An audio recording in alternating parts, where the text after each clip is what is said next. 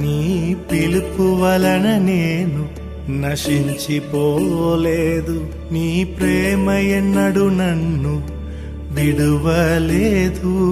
నీ కృప కాచుట వలన జీవిస్తున్నాను, నీ ప్రేమకు సాటి లేదు. నీ కృప కాచుట వలన జీవిస్తున్నాను, నీ ప్రేమకు సాటి లేదు.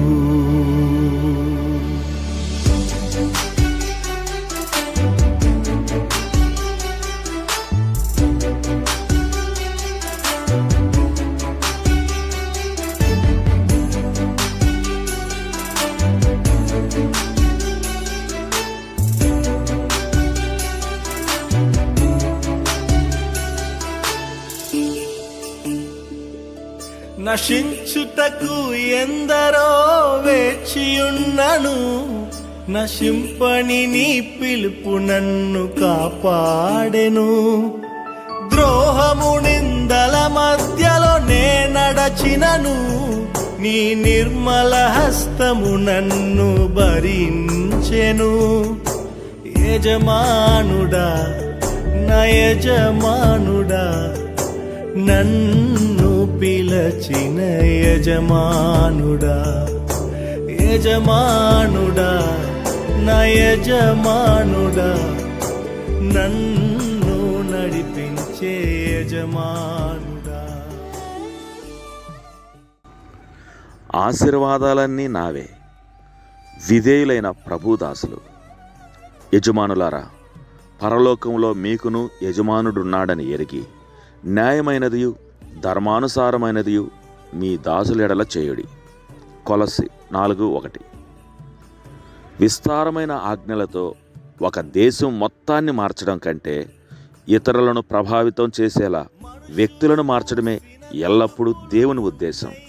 కాబట్టి ఇప్పుడు వారి బానిసలు క్రైస్తవులయ్యారు గనుక వారిని వదిలేయాలని లేక స్వతంత్రులను చేయాలని దేవుడు విశ్వాసులను ఆదేశించలేదు. ఆ ఆజ్ఞ అవిశ్వాస లోకానికి ఎంతో శక్తివంతమని మనం భావించినా దేవుడు మాత్రం వారిని అలా ఆదేశించలేదు. ఏది ఏమైనా యేసుక్రీస్తును తమ జీవితాల్లో ప్రభువుగా స్వీకరించిన వారందరికీ ముఖ్యమైన పాఠాలు నేర్పడానికే దేవుడు అలాంటి సంస్కృతులను ఎన్నుకొన్నాడు. మన యజమాని లేక ప్రభు తన సొంత దాసుల పట్ల న్యాయంగా మర్యాదగానే కాకుండా ప్రేమ, సహనం, కనికరంతో వ్యవహరించినట్లే మనం కూడా మన ఆధీనంలో ఉన్న వారి పట్ల వ్యవహరించాలని యజమాని బానిస సంబంధం ద్వారా దేవుడు మనకు నేర్పించాలని కోరుకొన్నాడు. మనం విలువ పెట్టి కొనబడిన వారం అని గుర్తు చేసుకోవడం కంటే కుమారుడు మిమ్మల్ని స్వతంత్రులుగా చేసిన ఎడల మీరు నిజంగా స్వతంత్రులయ్యుందురు అని యేసు పలికిన మాట అనేకుల్లో గొప్ప పరిమాణానికి దారితీస్తుంది. కనుక మన సొంతమంటూ ఏదీ ఉండదు. పరలోకంలోని మన యజమానిని మహిమపరచాల్సిన బాధ్యత మనదే. బానిస ఒకరి సొంతం గనుక తన యజమానిని సేవించి సంతోషించడం తప్ప అతనికి మరే హక్కు లేదు. ఏదీ సొంతం చేసుకోకుండా మన యజమాని పట్ల ప్రభుభక్తిని కనపరుచుకోవడం విశ్వాసికి ఆశీర్వాదం.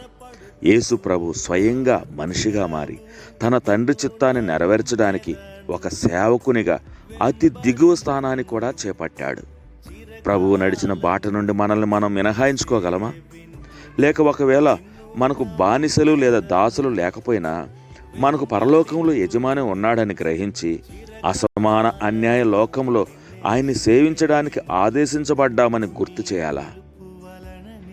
ప్రభువా, నేనేం చేయాలి అని తన విశ్వాస హృదయం నుండి పౌలు పలికిన మొదటి మాటలను గుర్తు చేసుకుంటే అతని మాటలు గొప్ప ప్రభావాన్ని కలిగి ఉన్నాయి.